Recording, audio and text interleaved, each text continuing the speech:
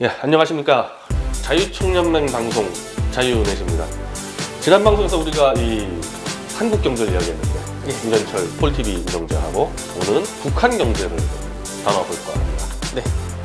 북한 경제 성장과 몰락 그리고 주체 사상.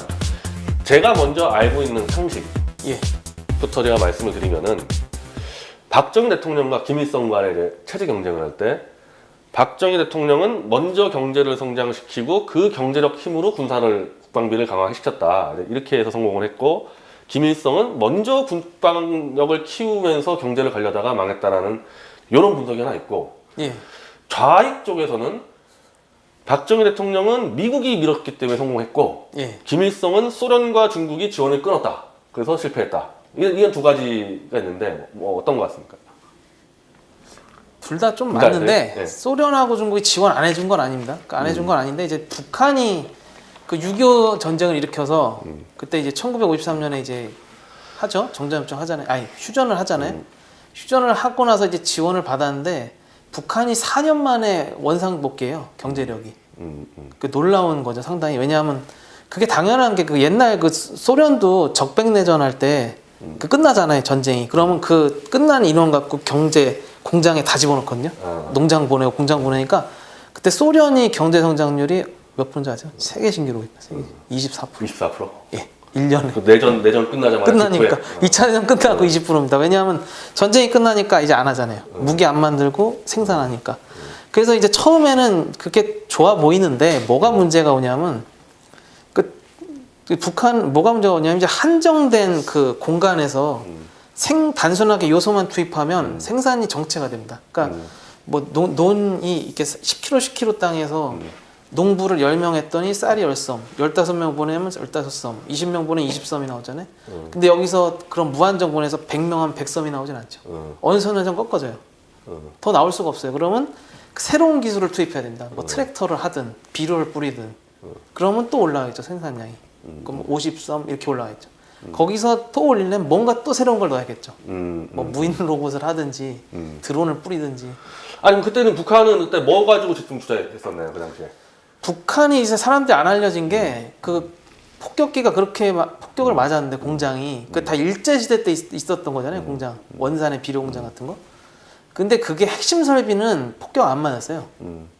그리고 일본인 기사들 있잖아요. 그 기계 돌리는 애들. 걔들이 원래 일본 일제가 해방 망할 때 소련을 끌려갔죠. 그러니까 다시 보내줬어요. 소련이 북한한테. 그러니까 북한이 그 사람들 대접해주면서 이거 돌리고 한번 가르쳐라. 그래서 다시 금방 돌립니다. 그러니까 일제 시대 예. 때 있었던 일제의 공장과 기술자들이 그대로 돌렸다. 예, 돌렸습니다. 6.25 끝나고 핵심 기술자는 다 있었어요. 네. 그 핵심 기술자 있으니까 배우는 거 쉽잖아요. 그러니까 그때 있었던 게 아마 맞아 비료 공장 있었을 테고 원산에 뭐 시멘트 정도 있었을 시멘트, 테고 철강 다 있죠 그때. 다 있었네. 기초가. 그때 남한의 공장이 제가 알기로는 수력발전소 한 개 있고 거의 없습니다. 다 북한에 있었어요. 비료 공장 하나 만들려고 사실 이병철 회장이 그건 나중에 박정희 때 어쩌고저쩌고 할 정도였으니까 그 당시에 비료 공장이 더 거의 없었을 정도니까 남한에는 공장이 없었죠. 그래서 아마 공장이라고 최초로 된 게 이병철 회장이 만든 저 설탕 공장 제일제당 그게 아마 최초일 테니까 북한하고 게임도 안 됐던 처지겠네. 그러니까 맨날 일제시대 무슨 뭐 고무신 이런 거 성냥 무슨 뭐 옷 이런 거밖에 없었거든요. 근데 그걸 그대로 물려받은 거예요. 그 북한이. 그래서 그거를 이제 계속 돌리는 거죠. 계속 돌리면서 지원을 받죠. 그러니까 소련에서 자금 지원받고 기술 지원받고 중국한테도 중국이 그때 중국군이 전쟁 끝나고 뭐 했냐면 그 건설을 해줬어요. 그래서 그거 지원을 받고 중국한테도 돈 받고. 그래서 아마도 이승만 정권 때까지는 북한이 압도했죠. 경제 성장률에서. 대략 따지면 1963년까지는 한국의 2배였습니다. GNP가. 북한이 2배입니다. 인구는 1200만인데 GNP가 2배라는 얘기고 1인당 GNP가 대충 한 190달러. 그때 한국이 우리 대한민국 60몇 달러. 거의 뭐 2배 이상 확 올라갔죠. 대만하고 비슷했어요. 그때 북한이. 일본보다 떨어지고. 그래서 그렇게 막 달리다가 예. 주로 중공업 제품이었겠네. 생산재. 그러니까 거의 다 일제시대 때 물려받은 게 그렇죠. 중공업이니까 그대로 가고 생산재로 이렇게 가고 또 이제 전시국가니까 체제 자체가. 근데 좀 특이했던 게 뭐냐면 이제 우리나라 이제 한미동맹에서 미국이 지원을 많이 해줬잖아요. 무기든 뭐 주한미군이든. 근데 북한은 그런 게 없었거든요. 그러니까 자체적으로 국방하다 보니까 GDP의 거의 20%를 국방을 투자한다. 예. 그러니까 북한이 사실은 뭐 아무리 뭐 중조 우위 뭐 해도 믿지 않았던 거예요. 속마음은. 제대로 우리 도와줄까? 이 생각을 한 겁니다. 항상. 소련 예. 중국이 소련이든 중국이든 그러니까 국방비도 도와줄까? 다 돌렸다. 이제. 예. 그래서 우리가 스스로 하자. 남한을 적화시키는 걸. 그래도 하다 보니까 20%씩 투자를 했는데 GDP를 그 20%가 어느 정도 수준이냐면 그 2차 대전 때 미국보다 조금 낮은 수준이에요. 그 전시국가하고 똑같이 돌아갔어요. 그 상태. 근데 60년대에 소련이 원조를 하다가 예. 소련이 원조를 중단했는데 후르츠초프가 들어와서 네. 그때 이제 소련이 정확하게 중단한 이유는 뭐죠? 드러난 것은 뭐 스탈린 체제 때문에 그렇다는데 그게 정확히 나타나는 거 아니에요. 스탈린이 죽으면서 이제 스탈린 전 세계 공산주의 대부아니에요. 큰 어르신. 근데 죽으니까 이제 카리스마 중심이 없으니까. 근데 후르츠초프가 그걸 격화시켰잖아요. 막 욕하고 그러니까 이제 그 밑에 나라에 떠나가는 겁니다. 마음이. 근데 그 상태에서 가다가 이제 그 중소 국경 문제 하잖아요. 중국과 소련이 싸우죠. 그때 북한이 간보기를 했다는 거. 그리고 그 전에 이제 종파 사건이 있었잖아요. 북한에. 그래서 친러파 다 숙청되거든요. 친소파, 허가이 같은 사람들. 근데 그걸 보고 이제 소련이 상당히 분노를 했는데 그렇게 전적으로 원조를 끄는 건 아니고 그 저기는 계속 줬어요. 그러니까 이제 뭐 석유하고 주로 준 게 무기는 계속 줬습니다. 석유하고 무기는 그게 끄는 게 구소련 망할 때까지였어요. 걔들이. 엑소는 점점 주는데 주긴 줬어요. 근데 어차피 박정희 정권도 이제 결국에는 최종적으로는 집중적으로 중화권을 육성해서 갔는데 예. 비슷하게. 근데 박정희 정권은 이른바 수출 지향으로 나갔죠. 네. 근데 북한은 이렇게 이 중공업 생산 시설이 있었는데 네. 수출 전략은 안 썼나요? 그때 이제 공산주의하고 자본주의가 딱 갈라졌잖아요. 칼같이. 그러니까 서로 뭐 이게 이런 게 없어요. 교역이. 그러니까 거의 없으니까 공산주의권 자기들끼리예요. 그러니까 뭐 폴란드에서 지원받아서 북한을 만들어서 중국에 팔고, 그럼 중국은 소련에 팔고, 소련 뭐 이렇게 팔고 다 그런 식입니다. 그러니까 이제 가난한 애들끼리 이렇게 모여갖고 동네 개하는 식인데 이게 그러니까 전반적인 문제가 기술 혁신이나 이런 게 없죠. 시장의 경쟁 자체가 없으니까. 그러니까 노동력 투입이에요. 계속 노동력 투입. 기존에 있는 거 최대한 돌리고. 그래서 경제성장이 올라가는데 그렇게 계속 될 거라고 생각을 한 겁니다. 그러니까 계속 될 수가 없는. 언제부터 꺾였죠? 이게? 그 대략 보시면 60한 이게 지금 꺾인 시점이 57년도까지 좀 급성장하고 있는데 거의 막 20%씩 성장하고 우리나라가 앞지른 게 73년이고요. 실제 GDP 개념인가요? GNP? 예, 그땐 GNP GNP 73년부터 앞섰고 예, 앞섰습니다. 그리고 본격적으로 이제 북한이 서서히 줄어드는 계기가 66년부터 66년부터 1966년. 그때부터 이제 생산 다 이제 떨어져요. 아예 생산량이 이제 마이너스로 가네요. 네, 점점 66년부터는 줄어들어요, 마이너스가 나가고 곡물 생산량도 이제 기대에 못 미치고 60년도부터 완전히 그러니까 뭐 성장이 이제 뭐 둔화되는 건 뭐 그럴 텐데 아예 이건 뭐 마이너스로 갔다는 얘기 같은데 이 정도면 그죠? 마이너스로 그냥 떨어지거든요, 계속. 왜 이렇게 떨어졌죠? 아까 그 말씀드린 것처럼 뭐 이제 폐쇄된 그 북한이란 땅 안에서 1,300만도 안 되는 인구를 갖고 그걸 노동력을 투입하는 거거든요, 계속.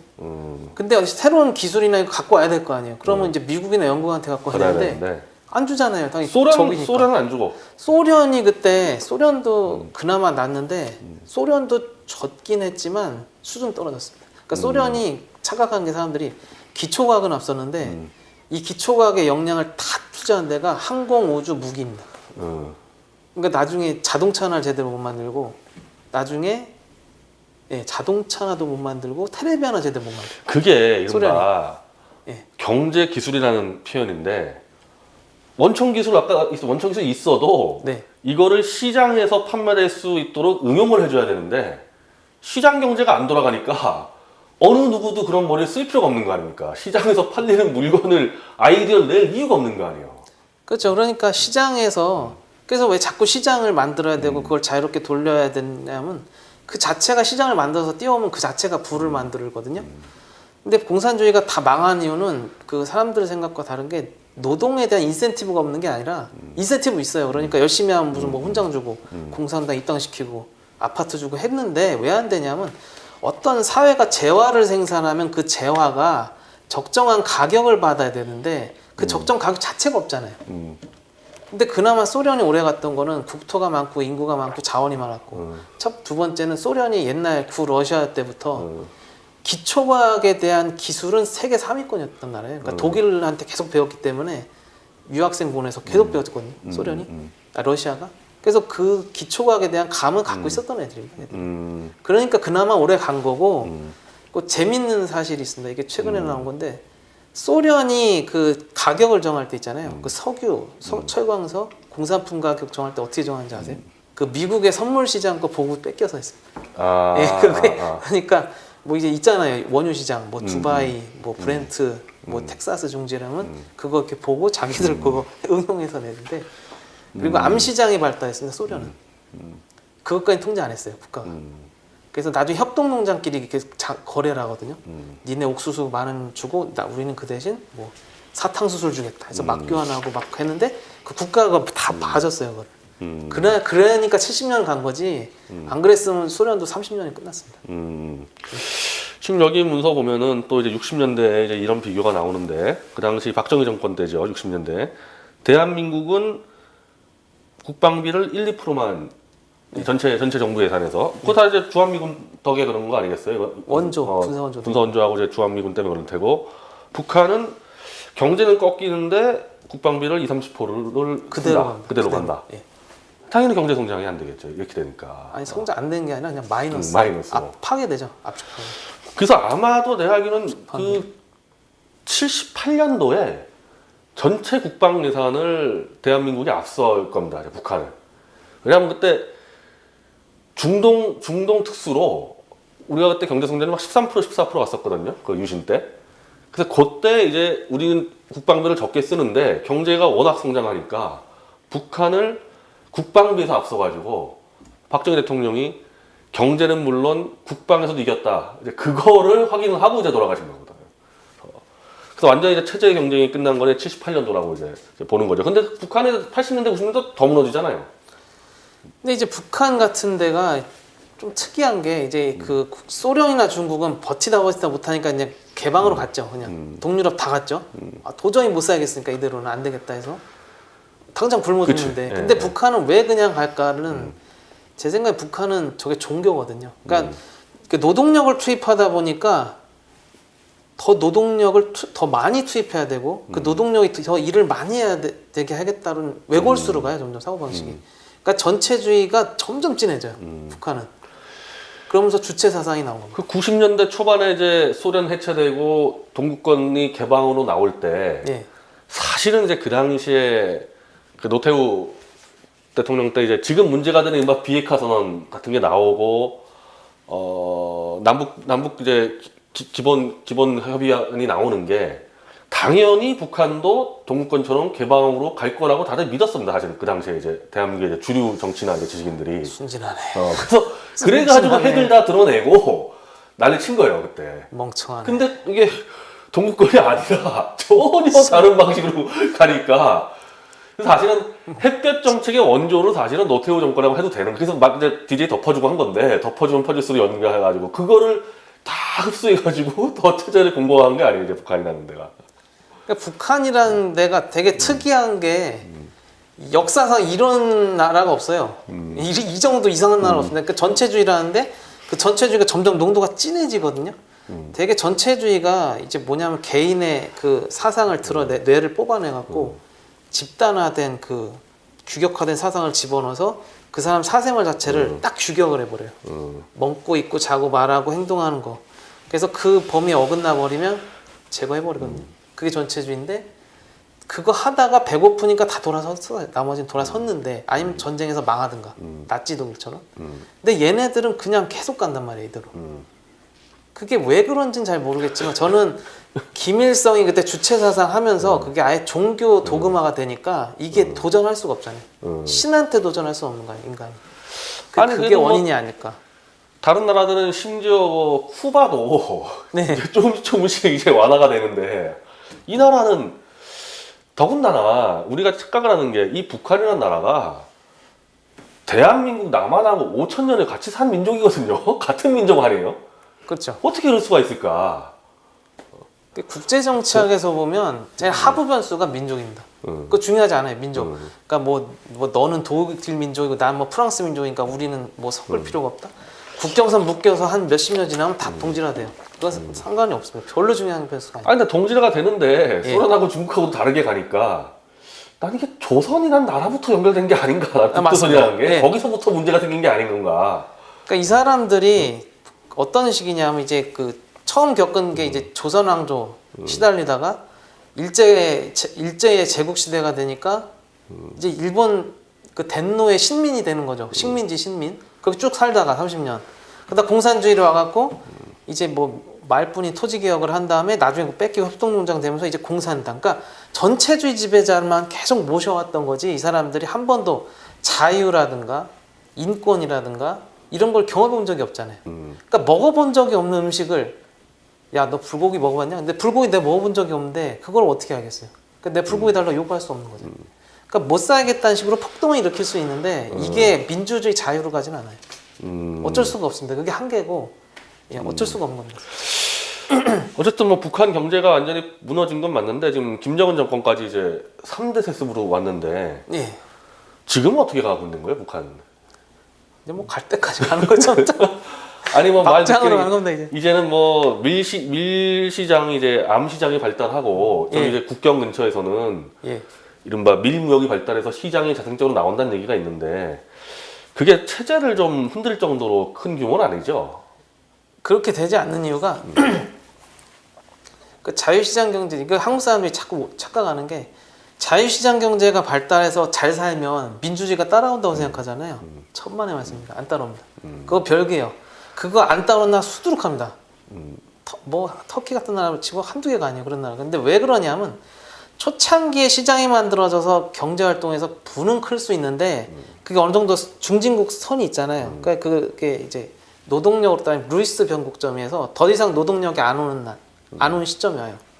시골에 더 이상 청년이 없고 그 시점이 왔을 때 그리고 인당 GDP가 대충 한 8, 9천 될 때 그때 사회가 자유롭게 바뀌면서 혁신돼야 됩니다. 민주주의로 가야 돼요. 안 그러면 거기서 더 올라가지 못합니다. 다 꺾어져서 내려거든요. 그러니까 이집트하고 파키스탄이요, 제가 알기로 그런 나라. 그래서 정치가 이끌어가는 겁니다. 그 나중에 GDP가 올라가면 그 나라 경제는 정치가 이끌어가는 겁니다. 그러니까 정치 앞서 말한 것처럼 자유롭게 해주고 칸막이 없애고 니네끼리 파이트 싸워. 그래서 싸워서 이겼나? 뭐 이겼나 보다 하고 그냥 냅두는 거예요. 그러면 그 안에서 되는 건데 그거를 못 해요. 전체주의 자체가 할 수가 없어요. 자, 오늘 그 북한의 이제 경제 체제에 대해서 좀 짚어봤는데 결국 정치다. 그렇습니다. 나중에는. 나중에는 결국 정치 지도자들이 이거 완화시켜야 되고 시장을 보급해야 되는데 그걸 안 하면서 이 추락을 못 막았다. 네. 그리고 앞으로도 가망성이 없다. 그게 이제 종교화돼 버렸기 종교화돼서. 때문에 안 돼요. 이게 종교화돼 버리니까. 자, 오늘 북한 경제를 살펴봤는데요. 뭐 모르겠습니다. 좀 뭐 수박 겉핥기일 수도 있고. 근데 분명한 이 하나 팩트는 대한민국이 네. 경제 성장하는 데 있어서 미군의 역할이 굉장히 컸다. 그래서 우리는 박정희 정권 때 고도 성장할 때 국방 예산을 최대한 아낄 수 있었다. 그것도 하나는 이제 자유총연맹하고 연관이 되는 것 같습니다. 그리고 그런 미군을 이 대한민국 땅에 붙잡아 놓은 거는 자유총연맹 설립자인 이승만 대통령이라는 거 우리 시청자 그리고 회원님들 꼭 기억해 주시기 바랍니다. 오늘 방송 여기서 마치겠습니다.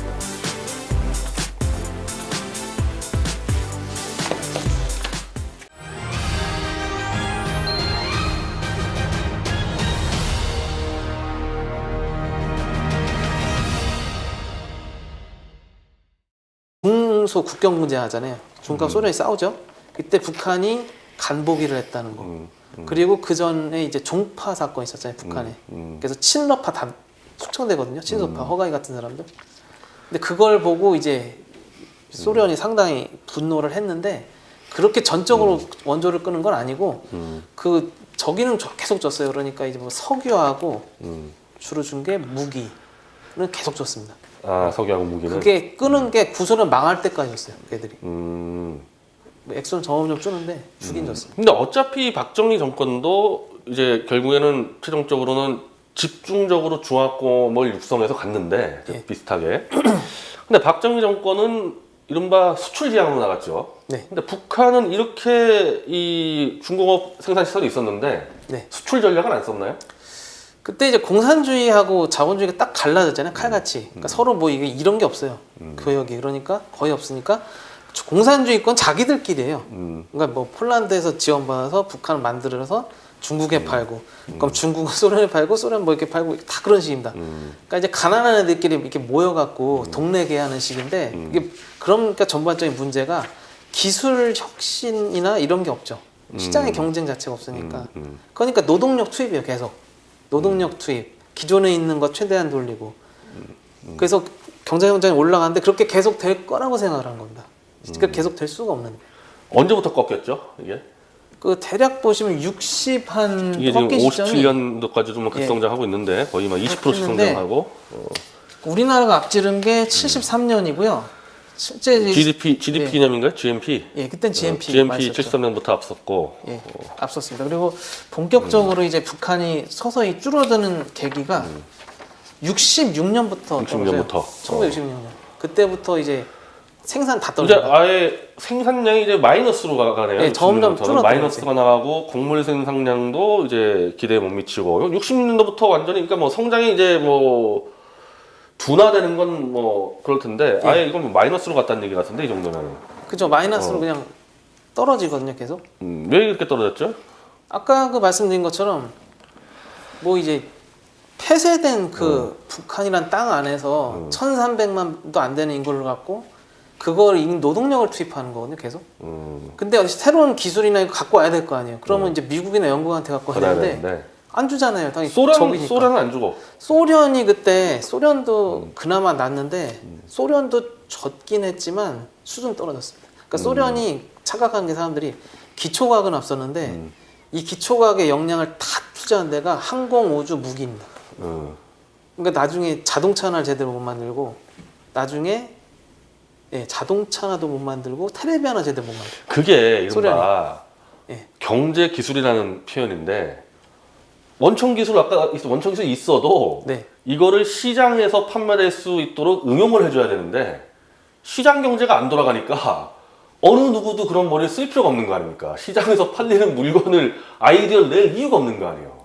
그렇죠. 그러니까 시장에서 그래서 왜 자꾸 시장을 만들어야 되고 그걸 자유롭게 돌려야 되냐면 그 자체가 시장을 만들어서 띄워오면 그 자체가 부를 만들거든요. 근데 공산주의가 다 망한 이유는 그 사람들의 생각과 다른 게 노동에 대한 인센티브가 없는 게 아니라 인센티브 있어요. 그러니까 열심히 하면 무슨 뭐 훈장 주고 공산당 입당시키고 아파트 주고 했는데 왜 안 되냐면 어떤 사회가 재화를 생산하면 그 재화가 적정한 가격을 받아야 되는데 그 적정 가격 자체가 없잖아요. 근데 그나마 소련이 오래 갔던 거는 국토가 많고 인구가 많고 자원이 많았고 두 번째는 소련이 옛날 구러시아 때부터 기초과학에 대한 기술은 세계 3위권이었단 말이에요. 그러니까 독일한테 계속 배웠기 때문에 유학생 보내서 계속 배웠거든요. 소련이, 러시아가. 그래서 그 기초과학에 대한 감은 갖고 있었던 애들입니다. 그러니까 그나마 오래 간 거고 그 재밌는 사실이 있습니다. 이게 최근에 나온 건데 소련이 그 가격을 정할 때 있잖아요. 그 석유, 철광석, 공산품 가격 정할 때 어떻게 정하는지 아세요? 그 미국의 선물 시장 거 보고 뺏겨서 했습니다. 그러니까 뭐 이제 있잖아요. 원유 시장, 뭐 두바이, 뭐 브렌트, 뭐 텍사스 중지라면 그거 이렇게 보고 자기들 그거 응용해서 내는데 그리고 암 시장이 발달했습니다. 소련은 그것까지 통제 안 했어요. 국가가. 그래서 나중에 협동농장끼리 이렇게 거래를 하거든요. 니네 옥수수 만원 주고 우리는 그 대신 뭐 사탕수수를 주겠다 해서 막 교환하고 막 했는데 그 국가가 다 봐줬어요. 그걸. 그러니까 70년 간 거지 안 그랬으면 소련도 30년이 끝났습니다. 지금 여기 문서 보면은 또 이제 60년대에 이제 이런 비교가 나오는데 그 당시 박정희 정권 때죠. 60년대 대한민국은 국방비를 1~2%만 전체 정부 예산에서 그거 다 이제 주한미군 덕에 그런 거 아니겠어요? 원조, 군사원조. 군사원조하고 이제 주한미군 때문에 그럴 테고 북한은 경제는 꺾이는데 국방비를 20~30%를 그대로 간다. 예. 당연히 경제 성장이 안 되겠죠. 이렇게 되니까. 아니 성장 안 된 게 아니라 그냥 마이너스. 파괴되죠. 압축하게. 그래서 아마도 내가 알기로는 그 78년도에 전체 국방 예산을 대한민국이 앞설 겁니다. 이제 북한을. 왜냐하면 그때 중동 특수로 우리가 그때 경제 성장이 막 13% 14% 왔었거든요. 그 유신 때. 그래서 그때 이제 우리는 국방비를 적게 쓰는데 경제가 워낙 성장하니까 북한을 국방비에서 앞서가지고 박정희 대통령이 경제는 물론 국방에서도 이겼다. 이제 그거를 확인을 하고 이제 돌아가신 거거든요. 그래서 완전히 이제 체제 경쟁이 끝난 거에 78년도라고 이제 보는 거죠. 근데 북한에 80년대 90년대 더 무너지잖아요. 근데 이제 북한 같은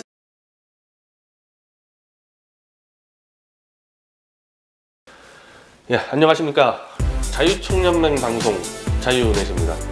지난 방송에서 우리가 이 한국 경제를 이야기했는데 임전철 폴TV 운영자하고 오늘은 북한 경제를 다뤄볼까 합니다. 네. 북한 경제의 성장과 몰락 그리고 주체 사상. 제가 먼저 알고 있는 상식부터 제가 말씀을 드리면은 박정희 대통령과 김일성 간의 이제 체제 경쟁을 할 때 박정희 대통령은 먼저 경제를 성장시키고 그 경제력 힘으로 국방비를 강화시켰다. 이렇게 해서 성공을 했고 김일성은 먼저 국방력을 키우면서 경제를 가려다가 망했다라는 이런 분석이 하나 있고 예. 좌익 쪽에서는 박정희 대통령은 미국이 밀었기 때문에 성공했고 예. 김일성은 소련과 중국이 지원을 끊었다. 그래서 실패했다. 이런 두 가지가 있는데 뭐 어떤 것 같습니까?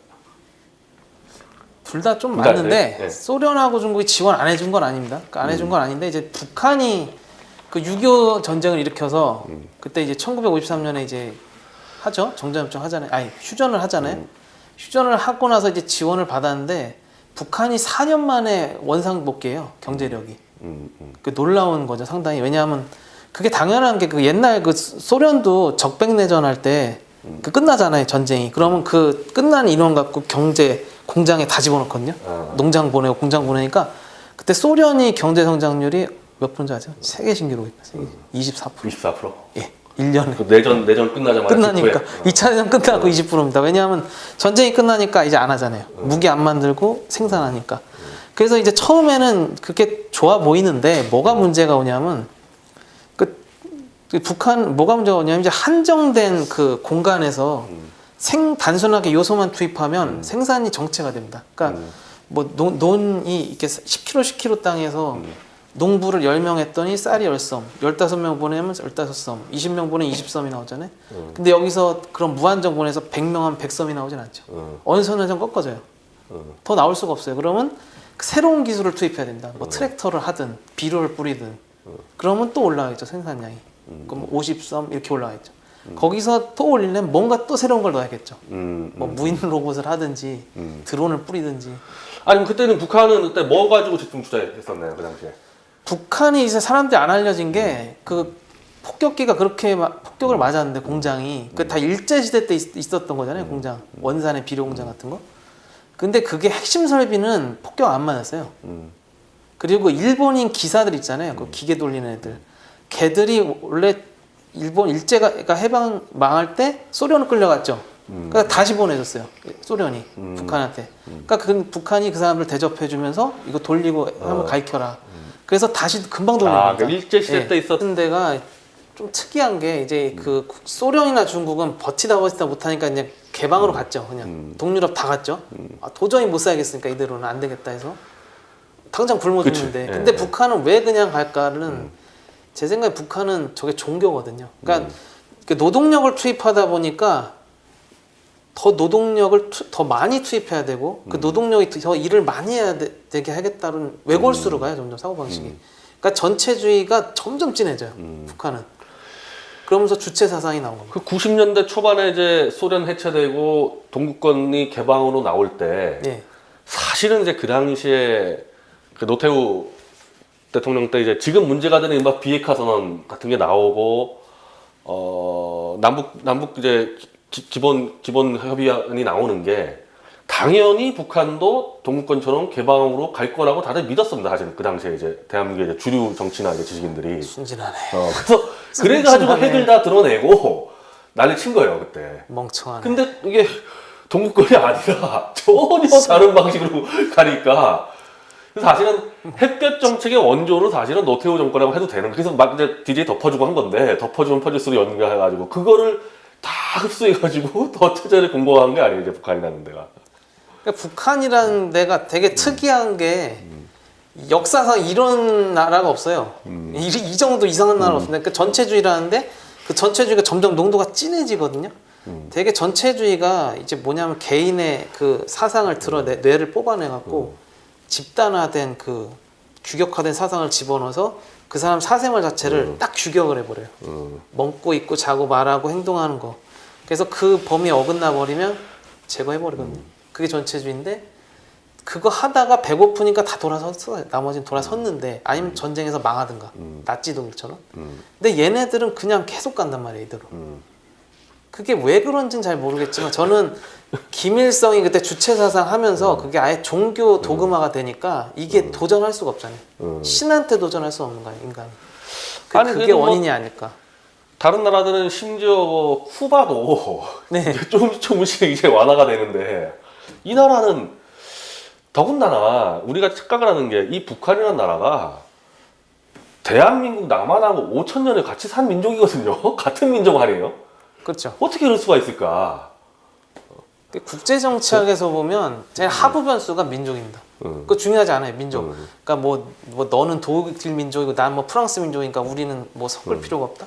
국경선 묶여서 한 몇십 년 지나면 다 동질화돼요. 그건 상관이 없습니다. 별로 중요한 변수가 아니에요. 아니 근데 동질화가 되는데 예. 소련하고 중국하고도 다르게 가니까 난 이게 조선이란 나라부터 연결된 게 아닌가. 북조선이라는 게 예. 거기서부터 문제가 생긴 게 아닌 건가. 그러니까 이 사람들이 어떤 식이냐면 이제 그 처음 겪은 게 이제 조선 왕조 어떤 그대로 일제의 나온다. 공장과 기술자들이 그대로 돌렸다. 예, 돌렸어요. 6.25 끝나고도. 핵심 기술자는 다 있었어요. 네. 그 핵심 기술자 있으니까 배우는 거 쉽잖아요. 그러니까 그때 있었던 게 아마 맞아 비료 공장 있었을 테고 원산에 뭐 시멘트 정도 있었을 시멘트, 테고 철강 다 있죠 그때. 다 있었네. 기초가. 그때 남한의 공장이 제가 알기로는 수력발전소 한 개 있고 거의 없습니다. 다 북한에 있었어요. 비료 공장 하나 만들려고 사실 이병철 회장이 그건 나중에 박정희 때 어쩌고저쩌고 할 정도였으니까 그 당시에 비료 공장이 더 거의 없었을 정도니까 남한에는 공장이 없었죠. 그래서 아마 공장이라고 최초로 된 게 이병철 회장이 만든 저 설탕 공장. 제일제당. 그게 아마 최초일 테니까 북한하고 게임도 안 됐던 처지겠네. 그러니까 맨날 일제시대 무슨 뭐 고무신 이런 거, 성냥, 무슨 뭐 옷 이런 거밖에 없었거든요. 근데 그걸 그대로 물려받은 거예요, 그 북한이. 그래서 그거를 이제 계속 돌리는 거죠. 계속 돌리면서 지원을 받죠. 그러니까 소련에서 자금 지원받고 기술 지원받고 중국한테도 중국이 그때 중국군이 전쟁 끝나고 뭐 했냐면 그 건설을 해줬어요. 그래서 그거 지원을 받고 중국한테도 돈 받고. 그래서 아마도 이승만 정권 때까지는 북한이 압도했죠, 경제 성장률에서. 대략 따지면 1963년까지는 한국의 2배였습니다. GNP가. 북한이 2배입니다. 인구는 1200만인데 GNP가 2배란 얘기고 1인당 GNP가 대충 한 190달러. 그때 한국이 우리 대한민국 60몇 달러. 거의 뭐 2배 이상 확 올라갔죠. 대만하고 비슷했어요. 그때 북한이. 일본보다 떨어지고. 그래서 그렇게 막 달리다가 예. 주로 중공업 제품이었겠네, 생산재. 그러니까 거의 다 일제시대 때 물려받은 게 그렇죠. 중공업이니까 그대로 가고 생산재로 이렇게 가고 또 이제 전시국가니까 체제 자체가. 근데 좀 특이했던 게 뭐냐면 이제 우리나라 이제 한미동맹에서 미국이 지원을 많이 해줬잖아요. 무기든 뭐 주한미군이든. 근데 북한은 그런 게 없었거든요. 그러니까 자체적으로 국방하다 보니까 GDP의 거의 20%를 국방을 투자한다. 예. 그러니까 북한이 사실은 뭐 아무리 뭐 중조 우위 뭐 해도 믿지 않았던 거예요. 속마음은. 제대로 우리 도와줄까? 이 생각을 한 겁니다. 항상. 그렇게 소련 예. 중국이 소련이든 중국이든 그러니까 국방비로 도와줄까? 다 돌렸다. 이제. 예. 그래서 우리가 스스로 하자. 남한을 적화시키는 걸. 그래도 하다 보니까 20%씩 투자를 했는데 GDP를 그 20%가 어느 정도 수준이냐면 그 2차 대전 때 미국보다 조금 낮은 수준. 그 전시국가하고 똑같이 돌아갔어요. 그 상태. 근데 60년대에 소련이 원조를 하다가 예. 소련의 원조를 중단한 후르츠초프가 들어와서 네. 그때 이제 소련이 정확하게 중단한 이유는 뭐죠? 드러난 것은 뭐 스탈린 체제 때문에 그렇다는데 그게 정확히 나타는 거 아니에요. 스탈린이 죽으면서 이제 스탈린 전 세계 공산주의 대부아니에요. 큰 어르신. 근데 죽으니까 이제 카리스마 중심이 없으니까. 근데 후르츠초프가 그걸 격화시켰잖아요. 막 욕하고 그러니까 이제 그 밑에 나라에 떠나가는 겁니다. 마음이. 근데 그 상태에서 가다가 이제 그